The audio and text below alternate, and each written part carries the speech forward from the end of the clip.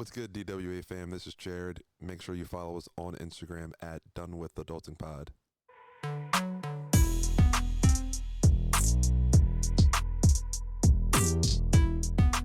Hey y'all, and if you're new here, welcome to the family.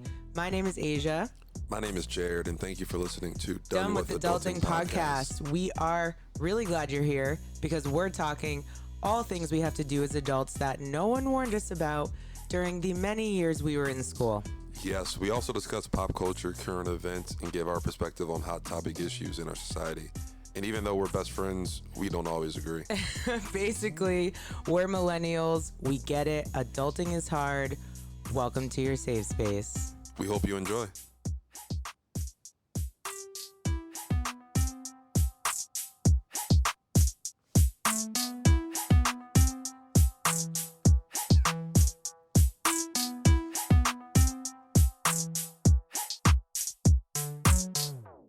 All right. Welcome back. Done with Adulting Podcast. When this episode airs, Jared will be back, which we're very excited about. But currently, he's knee deep in parenthood. So we're very excited for him. So he's not joining us today, but we have such an amazing guest that I want to introduce. And I'm really excited for you guys to hear from her. I could go on and on. I'm gonna let you introduce yourself, Tina. But today we have Tina Mounlavongsy on our podcast, and she wears a lot of hats. And like I said, I will let her explain all of those hats. But today her real estate hat is on, and we are talking all things real estate investment, real estate as a side hustle and an extra source of income, because we're all just out here trying to survive our adulting lives. So Tina, we are just so excited to have you on. I should also preface that Tina and I work together in our network marketing business. So shout out to network marketing for connecting you with new people. This is the beauty of it, right? So welcome to the podcast. Thanks. I am so freaking pumped to be here. I feel like I'm shaking right now. You can't see because obviously you can only hear me, but my hands are shaking right now. We're chill here. We're chill, right? No, no. But I had to say, it's such an honor to be here. I was so flattered and excited that you invited me on here to talk about real estate, because I know obviously we work together as business partners in network marketing, but real estate is obviously a huge passion of mine, and I think everybody should be a part of it. So thanks for having me. Of course. So recently Tina and I went to lunch. Tina's from Seattle, but she was in Boston recently. We went to lunch. I was telling her I wanted to get into real estate, and she was just dropping facts and so much knowledge on me in the 2 hours we went to lunch together. So I'm that's what made me be I have to get her on the podcast to tell other people about this, because it's such a good just additional stream of income. So please tell us more about just where you're from, what all that you do, and how you got into real estate. Yeah. So, like Asia said, I'm from Seattle, Washington. That's my hometown region, I guess you could say.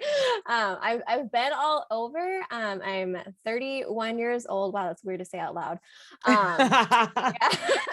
I feel we all aged 3 years in the pandemic. When we went into the pandemic, we were 28, and we came out so much older. We're wait, what happened? Yes. Oh my gosh. Literally, that's how I feel. But yeah, I am from the Pacific Northwest. I have a background in the sciences and healthcare and medicine. That's actually what my full-time career is in.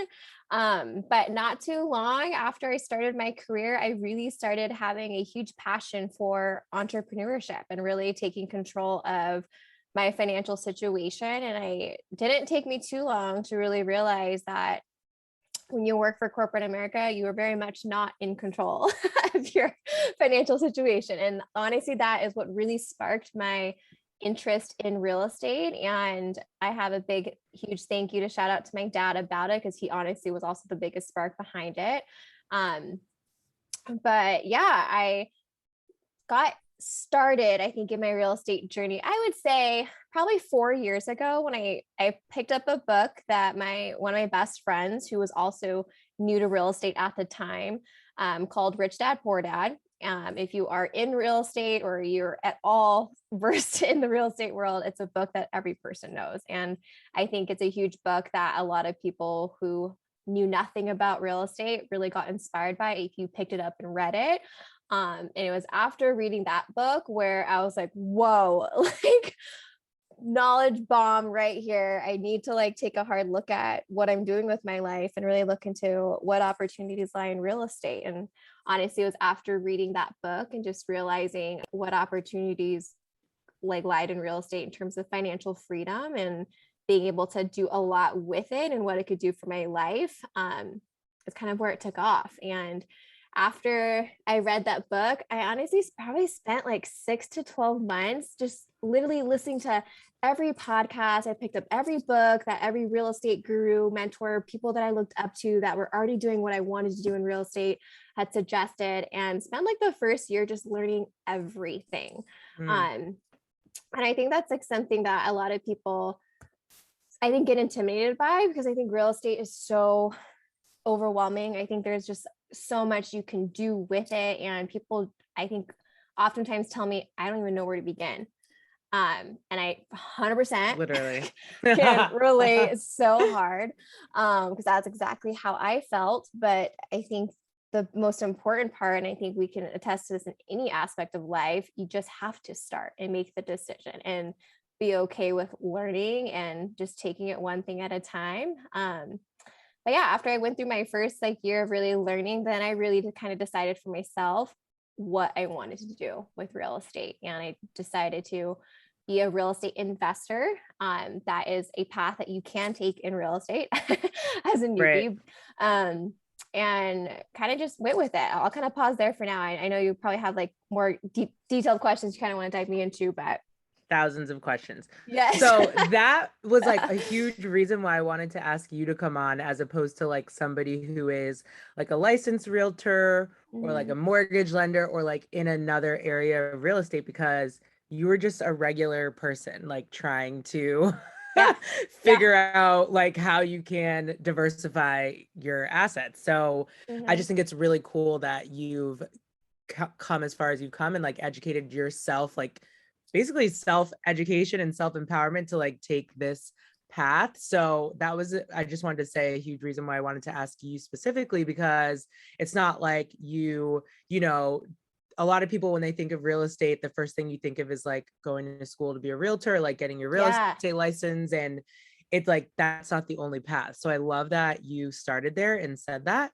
So yeah, I guess my next question is like, when you first were getting started, so you did your homework, like you did all your things. I'm going to link that book in the show notes too. I'll have you give me all the information just in case anybody wants that as a resource. But what was like your first step or like your first investment? And did you go in solo? Like, did you have a partner? Was it's almost like, even like to the nitty gritty details of like, what did you decide you wanted to do first? How much cash did you need to make that happen? And then like, you know, how did it happen, I guess?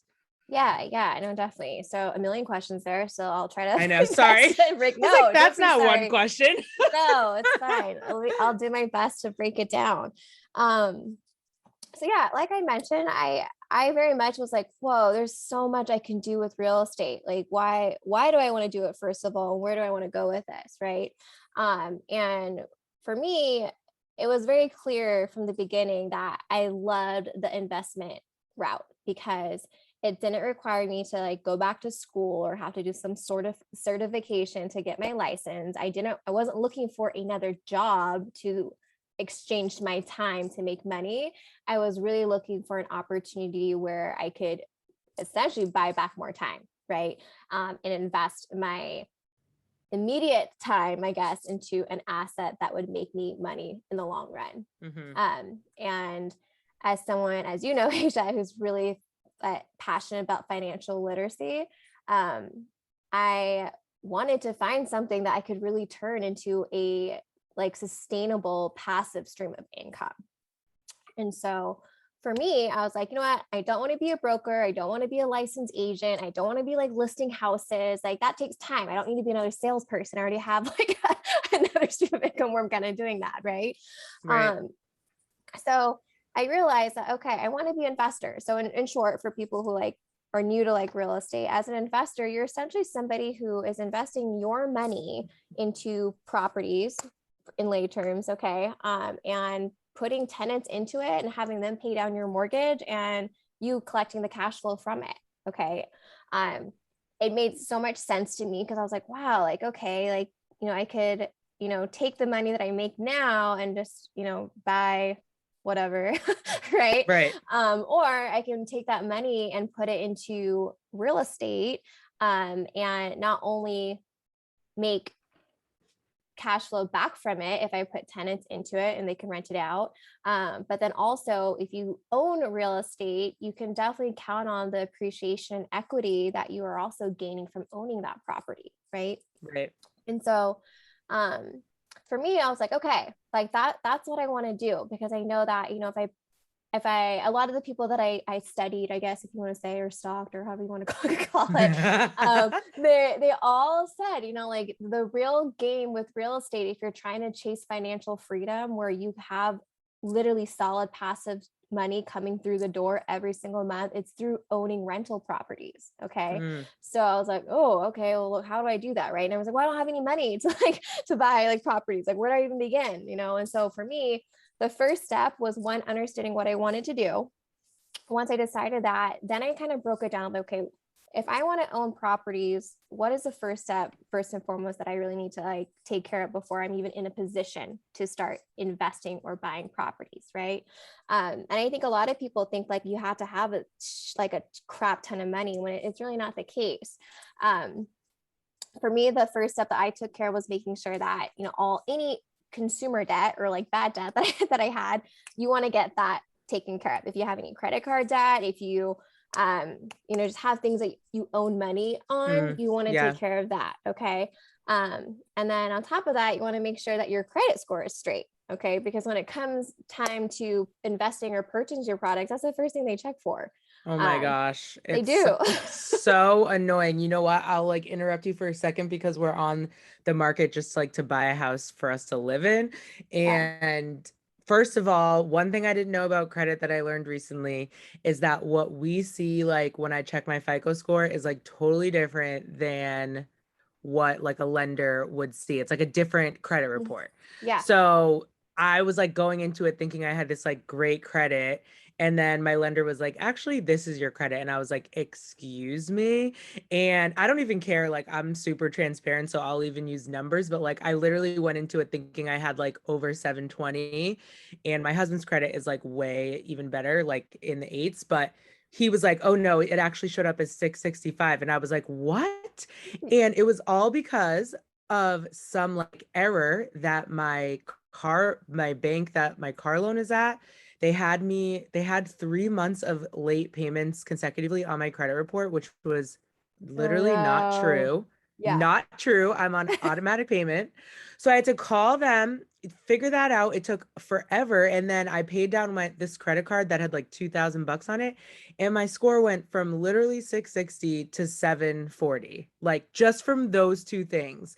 And it's made such a huge difference in like our buying power. And it's just wild to me because we don't learn about any of that shit. No. And people don't think to check their credit score. You just think that like, oh yeah, I'm paying my payments on time, everything's Gucci, or but yes, that like the best thing you can do for yourself and any like financial like standpoint, to be honest, is to literally review your credit score, like your credit report, I mean. Because you'd be surprised, right? Like companies mess up all the time, or they'll say that you owe money here and like you just don't know, right? Mistakes do happen.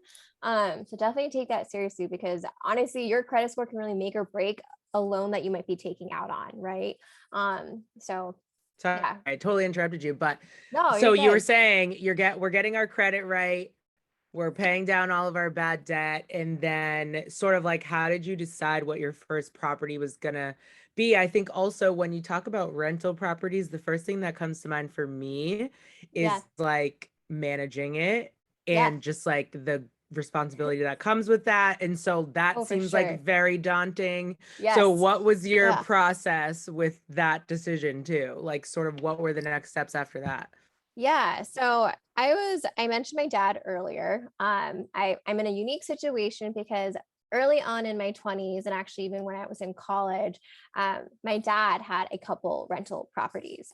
Nothing in the sense that he like was trying to be like an investor or, you know, like build out this huge portfolio. Him and my mom, you know, had, you know, immigrated from Thailand, and they you know, bought our first home like back in like the 70s, you know, and Yeah. stuff, and they decided to hang on to them. So long story short, I helped my dad a lot with property managing because he wanted to be the property manager for a couple of our properties. And so I actually, you know, fortunately had like learned a lot indirectly by just trying to like help my dad with those couple of properties early on in my mid 20s.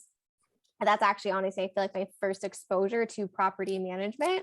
And you know, for those of you who don't know, we're a Thai family. So my dad, you know, he speaks English, but there's obviously a lot of like barriers with like language and stuff too. And so, you know, having that exposure and just learning about, you know, being a good landlord and, you know, things that happen when, you know, you are having people rent out your properties, that the plumbing is busted, the toilet's not working, they're complaining about this and that. Like, that is very daunting as a landlord, and, you know, bringing in a property manager who may not be doing a good job. And so that was something that I feel like I coupled with my own like independent learning when I made the decision that I really wanted to pursue and learn more about real estate. And, you know, after that first year where I kind of, you know, found my way and I found my path and made the decision where I wanted to go, those properties that my dad had like casually like managed and stuff like that with my help, he actually handed over to me. And he was like, I can't deal with this anymore. It's a headache. Like, it's really stressful. And, you know, my parents are obviously like nearing retirement too. And so I was like, Dad, I got this. Like, this would be such a great learning opportunity for me. Like, let me do this. And so actually the first year that I had told you about like reading up on everything was also like the real first year where I took over all the property management for our current properties at the time. And at the time we had two properties. They were just single family homes. One home was like so easy. We had great tenants. We didn't have really any issues. But then there was one property that we had a family in there that was just a train wreck.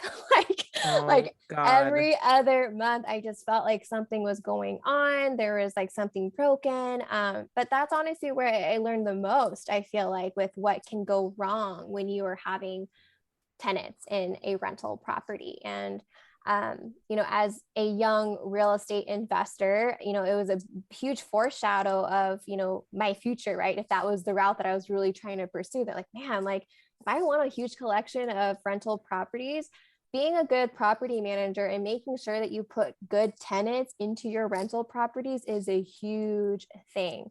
But there's no better way to learn how to do that unless you're actually experiencing it. And so honestly, I feel like I was a little lucky that I kind of got like a true case study, right. You know, because yes, I had my dad kind of there as a back support, but I really was like the landlord for like both of these properties. And, you know, they would call me, they would reach out to me. And, you know, whenever there was sometimes like they would like miss rent, like even having to deal with that. Right.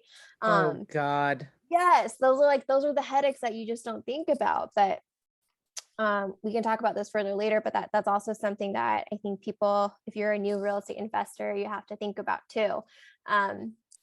Just making sure that financially you're in a boat where you can like own rental properties and have that reserve or like that extra income, as people will say, to cover your rental property if you're going to buy. But we're kind of going on like a little like side I know tangent, this like is that, what always happens. I yeah. like get on tangents and then we have to like go down the path and we have to come back to the main path. Yes. So, yes. well, my follow-up question to that is like I've later, like a little bit later, I want to talk about short-term versus long-term rentals, but yeah, like what is your first experience was with long-term renters, and I guess like would you say that's a good place to start as opposed to short-term? And then also like who is a good tenant? Like, you know, I feel like finding a tenant might be like hiring for a job. It's like, you know, you vet the person and everything looks good, but like you don't really know what you're getting until they get there. So, but I guess like to the best of your ability, what would you say are like some key good tenant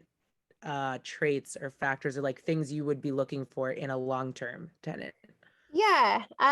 Honestly, I wouldn't say there's a right or wrong path, to be honest, between like starting point, right? When you ask the question, like, is short-term rental better, long-term? I think it really is dependent on you and your risk tolerance and what you're willing to deal with. And, but also just like your circumstance, right? Like think of it as like Airbnb, right? Like that's like the true short-term rental game, right? It's great to have like an Airbnb, but can you imagine being a host and having like 20 different families going in and out of your rental property a month? Like that's a lot of turnaround time, right? Versus having a long-term rental where you have, one family in it for 12 months or however long that your lease is for them. It's less turnover, right? And for some people, you might have the luxury and have that time to like always going to your property, cleaning it, flipping it, getting it ready for the next family, right? And I feel like people don't realize that. But at the same time, depending on what your financial goals are and what you are okay with and how hard you're willing to work, short-term rentals are a great option because there's just, it's very lucrative if you do it right and you have the time. And you also, there's many reasons that we can go in diving into it. But again, like there's no right or wrong. It just depends on like what your financial goals are, what your circumstances are, and how much work you're willing to put into, building out your portfolio and going about it. For me, from what I learned and what I was comfortable with, I felt like being somebody who had a full-time job and was like, had a million other things going on, the long-term rental path was the great starting point for me, because I felt like I would be able to, really apply what I learned so far, but also practice being a property manager. It would lower the risk that goes into owning investment properties at the beginning. Right. And as I've gotten more comfortable and learning more, I do have like that, 5-year plan of where I do want to add like short-term rentals to my portfolio and everything. But I think, like you said, just being like a normal person, no real estate background, not knowing anything, and literally just self-taught myself everything via YouTube and podcasts and books. I personally would recommend doing the long-term rental type of thing, because there's just a lot more less risks in there. And I think you have more room to, go through trial and error a little bit, and you're not putting yourself out there. But some other, more experienced real estate investors may say otherwise, but yeah. I was thinking, I'm trying to get Shelby, our other business partner, on this podcast. I feel like she's the Airbnb rental queen. And so that's like a side note, but I'm just saying that to say, like, I want to do a follow-up episode about Airbnb rental and like those types of rentals specifically. So my other question for you is related to long-term rental. Like, you do all your property management, right? But like, let's say you're somebody, and that takes up a lot of time, but let's say you're somebody who is financially in a place where you're willing to like hire a property manager. Like you'd rather, you'd rather pay for that than to spend your time doing it. What would you say about that in terms of just like picking the right property manager? I asked because we also never got to the picking the right tenant question, but we are fully on 75 tangents now. But I asked that because when I was a renter, and my husband and I were renting our condo in Maryland, we knew the owner. And we loved the owner so much. He gave us a great deal on this beautiful rental. Like, it was like best case scenario. And his property manager was literally a piece of shit. Like, I hated this dude. He was the worst. He was not helpful at all. And like, because I knew the owner of the property, I was always like too just like afraid to like tell him this guy was terrible, because this guy was like a doctor, similar to you in like the field, just like worked all the time. And by the time we left the property, and we actually had to leave, unfortunately, due to like a flood, which this guy also wildly mismanaged. Like, I ended up telling him like after the fact that we left, like, hey, he did not do a good job, like just giving you a heads up, because our experience with him was miserable, and like, I think you should pick another property manager. And I probably like would not, if he was a stranger, I would have just left and like been like, screw him. But because I knew him, I felt like I had to say that. So I worry about, there's obviously always that risk, similar to tenants, is like, if you're going to go the route of outsourcing, like ending up in that type of situation, and how you can avoid that.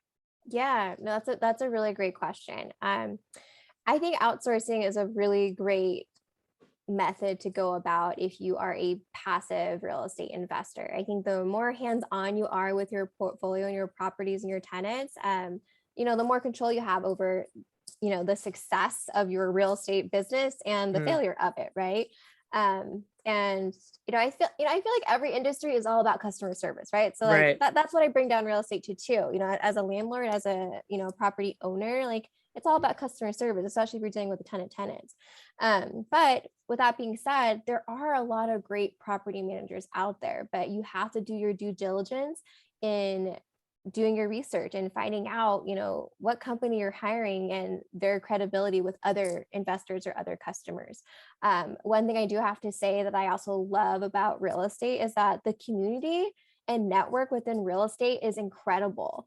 You can, and being a real estate investor in Washington, like we have so many networks and Facebook groups and just like, just different networks of people that you can really go to and be like, hey, I'm buying an investment property in Vancouver. Does anybody know, a property manager that you would recommend? Like use your network, right? And like Asia, that, right? Like literally networking is everything. And that's something that I feel like I never even really thought about when I was getting into real estate, but the more and more I immerse myself into the community, everybody is like cheering you on. Everybody wants to help you. There's always somebody that, was in your shoes at one point and they're willing to educate you and help you and, give you the tips and tricks on what to do, what not to do and stuff. So I would definitely recommend it because one, when you are a passive real estate investor and maybe you don't have the time, or maybe the property that you are purchasing is like 2 hours away and you don't have the luxury to drive over and fix the plumbing in like overnight, right? Like it's just hard.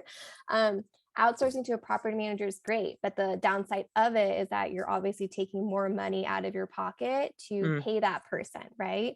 But at the same time, sometimes it's worth the headache, like looking back when I had those tenants that were like a headache, like every other week, I was like, man, if I didn't have to deal with this.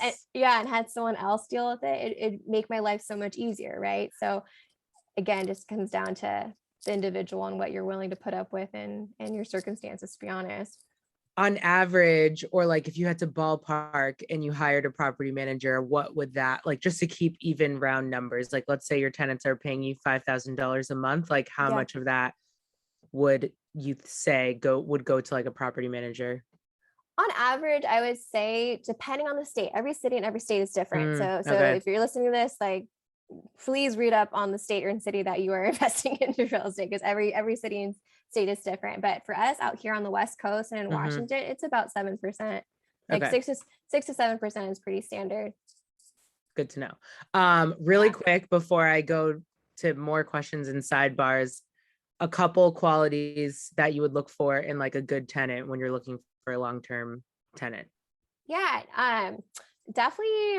We always run like a background check, essentially, like tenant, like history. Obviously income, right? Looking at like their ability to actually afford rent is a huge thing. For me also, if they have had like long-term like leasing contracts with like other like homeowners essentially, but then also just like how willing they are to like have a conversation with me and get to know them. I'm very hands-on when I screen tenants, to be honest. I like to get to know them and build that relationship with them, but when it comes down to it, like you never really know, right? I mean, in Washington, there's different like tenant applications that you can have people fill out where you like learn about their, their background, their job, why they want to live in like the area that your house might be in and stuff like that. But in general, for me, it's very simple. Like if you have, a good background check and you have a stable job, like I don't really assume or judge anything. If you seem like a decent person, like I'm all for it. I would say too, though, that I actually have found that the younger the tenants are, like in our our 20s or younger adults, they're a lot more self-sufficient, I feel like, and I've run into fewer problems, and they're easier to connect with. But then on the flip side, I've also had times where I would put like a full-grown family into like a home, and I thought I wouldn't have any issues, and they ended up being the biggest headache. So it's really hard to judge, but including my dad's time with his rental properties, so going on almost like 16 years now, we've only had 2 instances where we had terrible tenants. But outside of that, it's been very smooth. Like minor things here and there, but only 2 nightmare situations. But if you talk to any real estate investor, they'll say at some point you're going to come across that nightmare tenant, but that's where you learn. Right. Yeah. Okay, so catch us up, like fast forward button. You've now Yes. been doing, in real estate for, I think you said 5 or 6 years. What does like your portfolio look like now? Sort of how long did it take you to get there? And, how has that been like a positive addition to your life, I guess? Like, is it worth it? Do you still love it? Are you rolling in the dough every month? I love it. I definitely love it. I feel like I learn something new every day, to be honest. Yeah, fast forward to now. So starting out, we had 2 rental properties. There were 2 single family homes. Now we have 4 single family homes, and we actually just traded up into our first multifamily to add to our portfolio. So now we have a 4-plex, Wow. which is like, has been like a goal in the making for like a little over a year now. So yeah, we have 8 doors now. Yes. Yeah. 8 doors total, including the 4-plex. So it's definitely growing, but it's been a process, because obviously when you first, invest in like your first initial properties, you're a little nervous with how it's going to go. Right. And I think that the biggest thing for me is that I was so new to the game. I knew nothing. And so as I was acquiring these properties, with my dad, essentially as my partner, I wanted to make sure that, one, I wasn't messing up like his retirement, right? His financial decisions.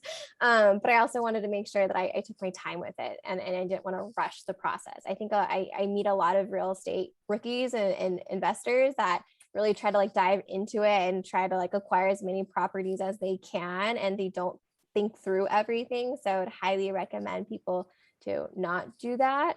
But yeah, my game plan and hope is that for where I am now with like my real estate journey and just where I am financially, my hope is to acquire a new property every single year. And my hope is just to have 20 doors by the time I'm 40. So I have 9 years to finish that. But with the trade up method, that's like how I like to describe it.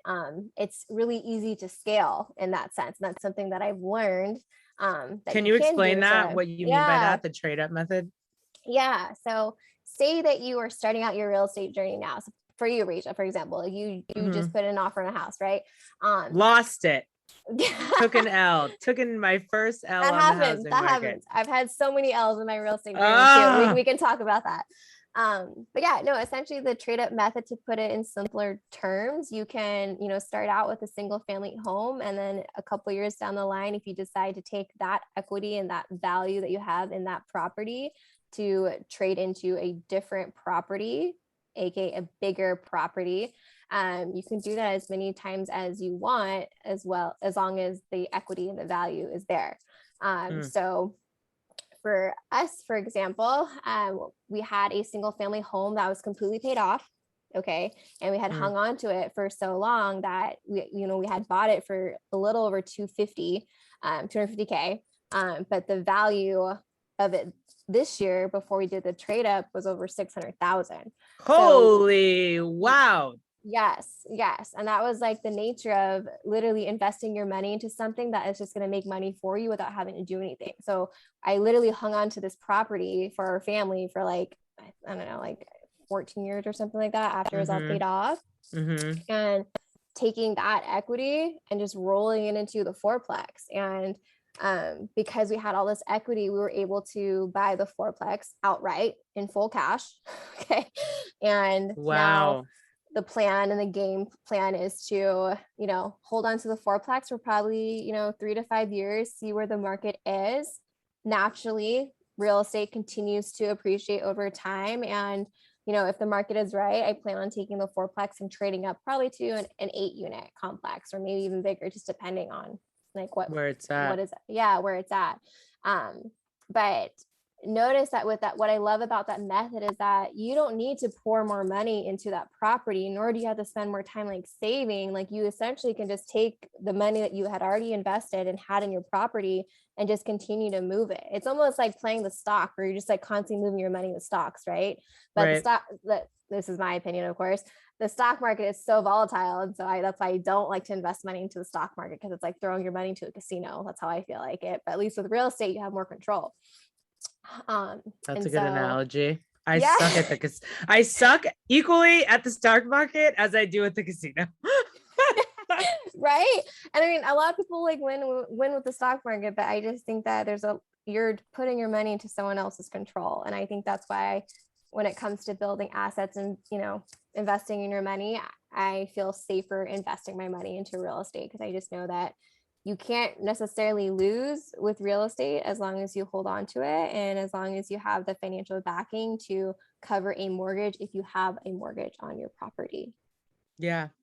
Wow, that's so interesting. You know what, too, if Jared were here, I think we'd also just like be bringing in like the Black perspective on this, in the sense of like, and it's not even, it's even just like underserved communities, right? Like in my mind, I'm thinking like, in your situation, your parents migrated from Thailand, made a way for themselves, and like were able to, that's like so admirable. And they worked really hard to do that, and now have sort of like helped to set themselves up and you up to be successful, in real estate investing. I think there are just so many people who don't have that, or are starting out with nothing or bad credit. I think, just speaking from my perspective and like my family, and coming and like just being Black in America, is like a lot of Black Americans aren't homeowners, and that's just the reality of it. And so, I think the reason why I want to get into it is because obviously it's creating generational wealth, which is exactly what your family is doing. But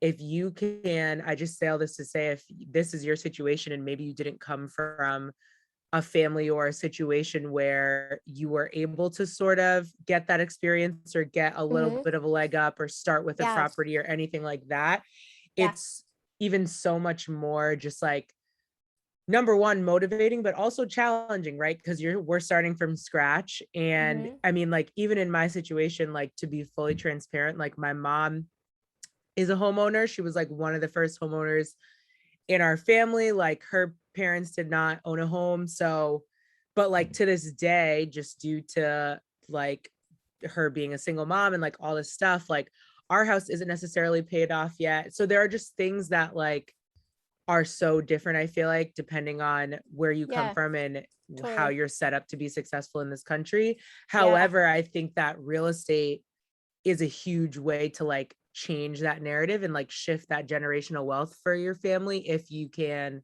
just like buckle down, and maybe you have to pick up another side hustle to like pay down your credit cards or anything like that. You know what I mean? And I'd be so interested to hear too, like, your parents' story, like even just migrating from Thailand, because I'm sure had hardships of their own, but it's just so nice that they were able to do what they were able to do, and now it's becoming like really fruitful for their family. It's just something that I totally strive for, and I feel like real estate is the quickest, maybe not the quickest, but the most efficient way you can do that.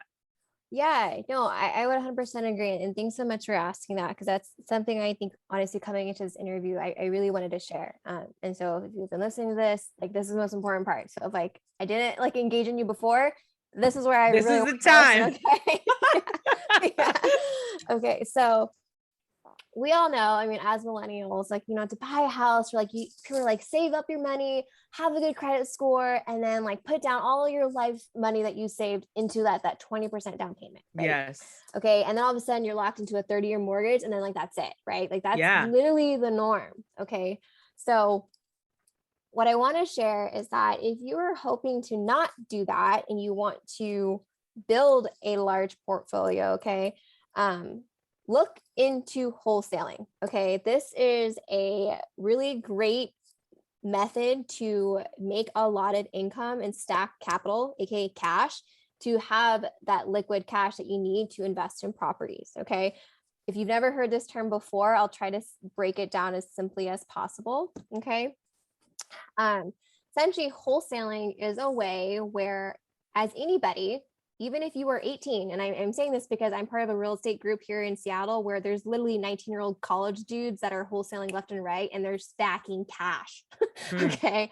But, as a wholesaler, you don't have to have, a license. You don't have to have a real estate background or whatsoever. You're essentially somebody who is going around door knocking, identifying properties that are looking to be sold. Okay.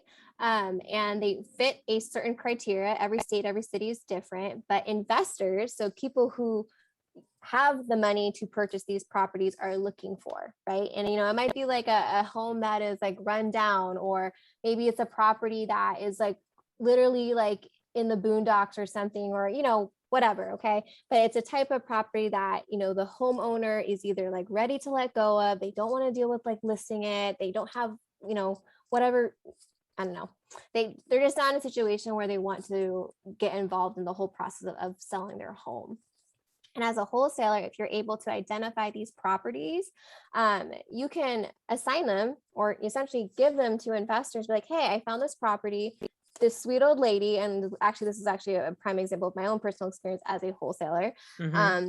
You can find these properties and connect them with an investor and tell them, hey, I have this property for you. It's a great deal. It's in a great location. The homeowner is, retired. She wants to leave her home. She doesn't want to deal with it. Like, what do you think? Right. And if you find these good deals that are great for investors, investors will buy them from you and pay you an assignment fee, AKA a commission. And depending on how large of a deal that is, and the numbers and money, I don't want to get into like the weeds about it. Those, you can make pretty good money from like one wholesale deal. Wow. I didn't know anything about that.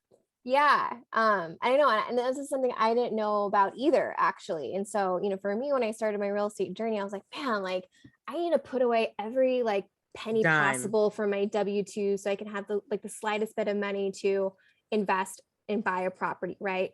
But that's like just not realistic, right? A lot of us, we have bills to pay. We want to live our life. We want to go out to lunch. Like, it's just really hard to put away a lot of money. And so if you're looking to, get into real estate and you feel like you don't have the money, that's where people stop. Right. And so I just want to put it out there that if you're somebody who, has a W-2 job, you're in a situation where you really can't put away a lot of your full income into real estate or savings, look into wholesaling, because you can look it up on YouTube. Okay. Like people are making, as little as like a couple grand off of one wholesale deal. Some people are cashing in at 50 grand off of a wholesale. Wow. And they literally just go around and find like properties that people don't want, or maybe they're run down, or maybe they're like just randomly. How do they do that? Yeah. Do they just drive around, or like, this is what you're telling me to look up on YouTube, or is there like a Facebook group for it? Like, you can, there's literally so much material out there. Okay. But like books and, people in real estate, they'll talk to you about it all the time, but it's a really great starting point for anybody who doesn't know anything. And what's really great actually about wholesaling that I personally have learned is that you learn so much in the process of being a wholesaler about like the industry, about how to talk to buyers, and you meet people, you network with investors and whatnot. Right. So that's definitely like a great avenue for people who are looking to find a side hustle that can pay them out fairly quickly. Like imagine if and it's something that like you can just do on your own time. Right. And I know I'm not explaining like every little nitty gritty thing about it, but I promise you, go YouTube wholesaling and you will find like a 10-minute video about it. And you're like, wow, this is so easy. Like the work is simple. Okay. Yeah. But it's all about being like consistent. Oh yeah. And putting in the time. But, for people who are looking for that, like putting in a couple hours of wholesaling a day to like capitalize on one wholesale a month where it could potentially cash out 20 grand. That's like a 20 grand that you would probably spend like years to save up, right? Years. Yes. So that is definitely method that I have dabbled into in terms of being able to save up like pots of money to be able to invest in properties or pay off some of my investment properties. Right. But then on top of that, another thing that I want to point out, again, if you're not listening, listen now, is house hacking. Okay. So if you are somebody that is like looking to like really invest in real estate and build that portfolio, look up house hacking for sure. This is something I think a lot of millennials don't think about because, you know, we're always like in such a rush to graduate from college, get your career, buy that like perfect house and like, you know, like have a life, which I totally get. But if you can pause on instant gratification and delay that gratification a little bit, it'll pay off tenfold. Are you familiar with house hacking, Asia? No, I don't know Okay. any of this. I'm just Okay. the millennial who knows nothing about real estate, which is why most often, Tina, on these interviews where it's like actual information and we're not just talking about nonsense. Yeah. I know nothing. I like to come knowing nothing so that my gut reaction to learning this shit is authentic. Like I am shook. House hacking is a really great method that a lot of people use to help eliminate the cost of either like their rent or their mortgage. Okay. So when you buy a property, okay, oftentimes most people like you think that you're gonna buy the property, you live by yourself, you're the person that's in charge of your mortgage, right? Well, what if you were to buy a property, say it was a 3-bedroom house and you got 2 roommates, okay, and you had your roommates pay your rent for you. Maybe your mortgage was $1,500. You charged both of your roommates $750, and then instead of you paying for your mortgage, you have your roomies paying for your mortgage, right? So instead of having to, so that's like the ultimate house hack. People will say like, if you can like find a way to not have to pay for your mortgage and have someone else pay it for you, that's like the smartest thing that you can do if you're trying to like save up your money or just be smart about your situation, right? But then also, you know, I think a lot of people on the flip side of that, you don't want to have to deal with roommates, right? A lot of people, I don't want to deal with roommates, right? I'm like, okay, if you don't deal with roommates, then like, it's going to be hard for you to kind of save up money, right? If you're in that situation. Right. And so it's definitely something that you can, if you are willing to sacrifice, it can work in your favor, because if you look at your average expenses in a month, I think we all would agree that the biggest portion that your income goes towards is either your mortgage or your rent. So if you think that you're being financially savvy, saving, I don't know, $3 going to Starbucks every single week, okay, like you're really not saving a lot of money, right? Because if you can save $1,000, you know, house hacking, right? That's a lot more money that you're saving up in a year versus like just giving up Starbucks or even like giving up Target, right? Like, yeah, it's like $500 when you go to Target a month, right? But again, like that's not the biggest amount of money that your income is going towards. And so for people who say, I don't have the money to invest in real estate, I say, well, how are you looking at your finances? And I want to shout out a book because I think this is what really opened up my eyes to this as well as a young real estate investor. But the book Set for Life, amazing book. I'm writing it down. Yes.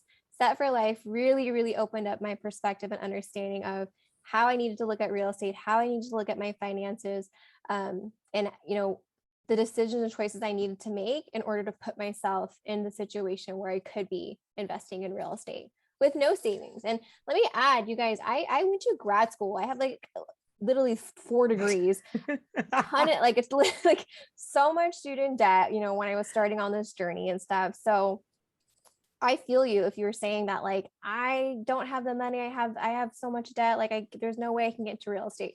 Yes, you can. You know, like the first step is deciding that you want to get into real estate. The second, I think, is to get your financial situation squared away in terms of like credit and bad debt. I wouldn't say that student debt holds you back from investing in real estate. And then the third part, figure out what you want to do with being able to like, you know, buy investment properties, right? Whether it's wholesaling, wanting to house hack for a couple of years, so you can kind of get some properties under your belt.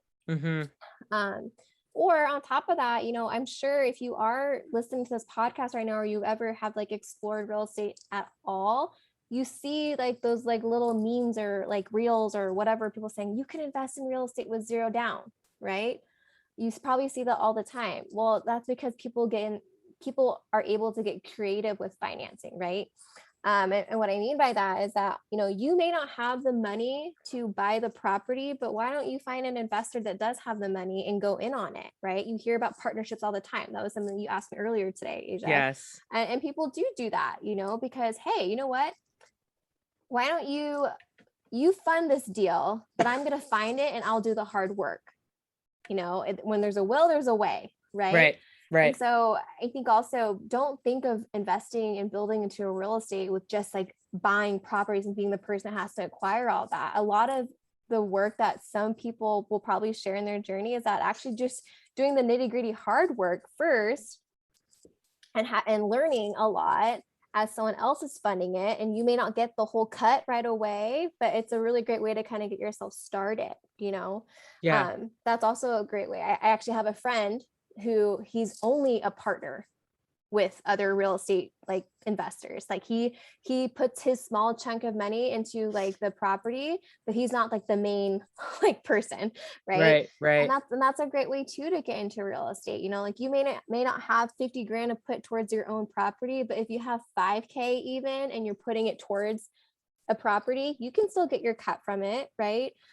So definitely like explore the different ways that you can invest in real estate. It doesn't have to be like one way or the highway. There's so many different opportunities that you can go in with real estate. And I just want to highlight that because I think a lot of people don't realize that, or at least think about it. No, for sure. I think a lot of people don't think about that. I think another thing too that you we've been talking about real estate specifically in terms of like increasing your income as opposed to stashing pennies, but I feel like the one message I heard too is like increasing your income alone is easier than trying to save pennies. So even if that's like, obviously if you can do it with real estate with any of the methods that you just said, that's great. But like, if you have another passion that you can make money from, that's not your main source of income, that you can just add to your income streams, like in general, I feel like that's a life hack that we're not taught about enough. Like we're just taught to like go to work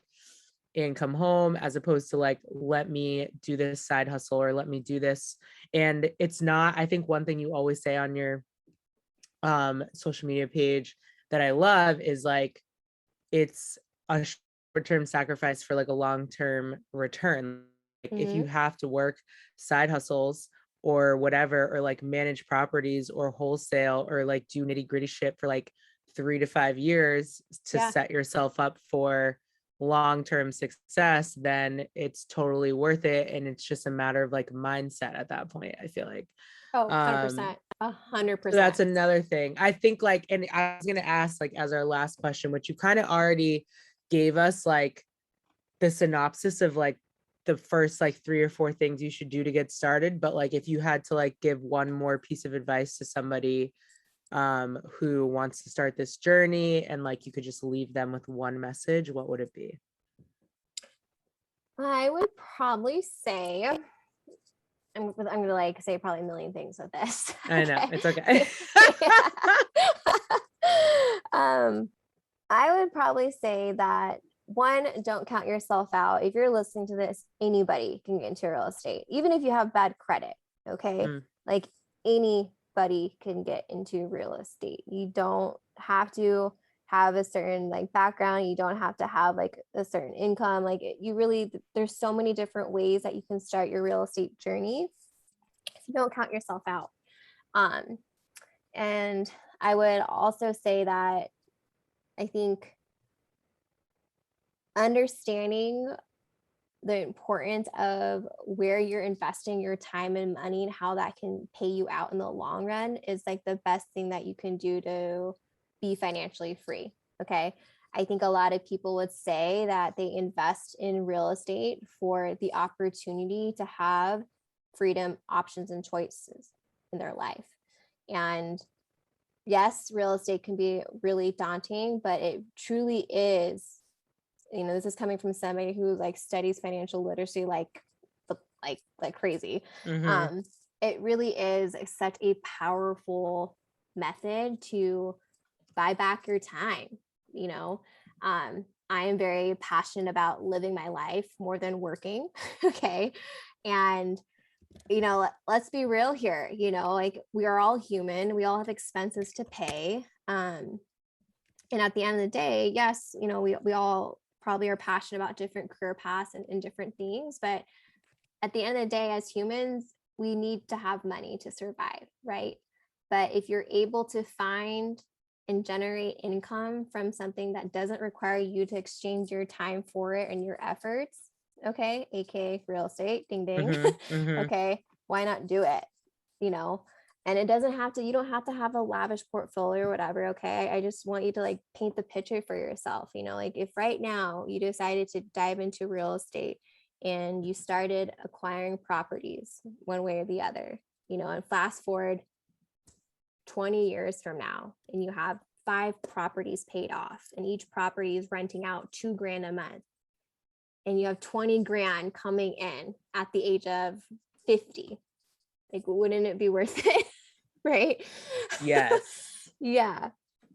So I don't know. That's kind of like that was a very philosophical question to that, but I don't know. In short, I don't know. I just want people to realize that any normal person can do this. You really can. Like, don't be intimidated by it. Actually, no, this is the best thing they should say. You can edit this however you want, Asia. Okay. I'm leaving it all. I'm leaving every word. I think the best thing you can do actually too, if you're somebody who you don't have nowhere to begin, besides reading the books I told you to, find somebody that you can connect with and relate to in terms of real estate. If it's me, slide into my DMs. But just find someone that you like connect with, okay, and learn as much as you can from them. And I think the best thing that you can do is and that's what I did. I found so many people that I like, they're living the life that I want. And I literally just been like mirroring everything that they've taught, every step they've made, all of that. Right. And I think that is honestly the best thing that you can do, because learning from people who are trying to do what you are wanting to do is the best thing you can do for yourself, because they've made the mistakes, they've learned from it. And so, and like I said, the real estate network is so welcoming. Everybody wants to help each other out. Like, it's like that whole abundance mentality that we have in network marketing, right? Yeah. So, find someone you can connect with and learn from them, because, we all can achieve our ultimate dreams if we just put. Well, you are absolutely my person. I already blow your phone up as it is, so gear up for that. But tell everybody where they can find you, the best way to connect with you, and I'll also put it in the show notes. But shout out all your handles. Yeah, you can find me on not hashtag at. So can you tell this is my first time on a podcast, you guys? I'm glad it's my girl Asia, because she's making me feel so much more comfortable putting up with me right now.